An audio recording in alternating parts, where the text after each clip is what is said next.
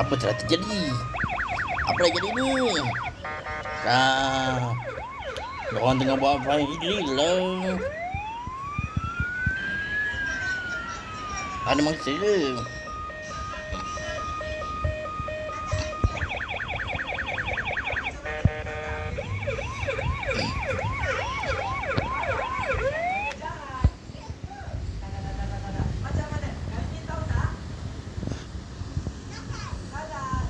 Ini latihan berkala, latihan fire drill untuk memastikan bila berlaku kebakaran, apakah tindakan kita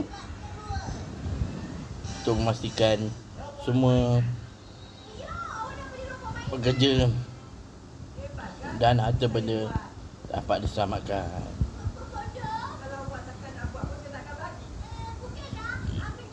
Apakah langkah-langkah yang sepatutnya kita lakukan?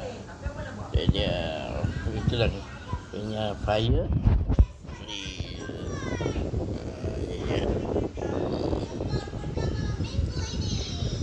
yang kasi buat.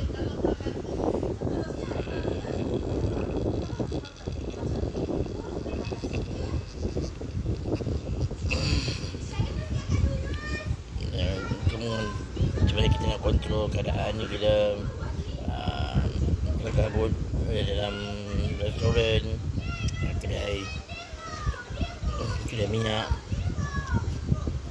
supaya semua masalah dapat diatasi.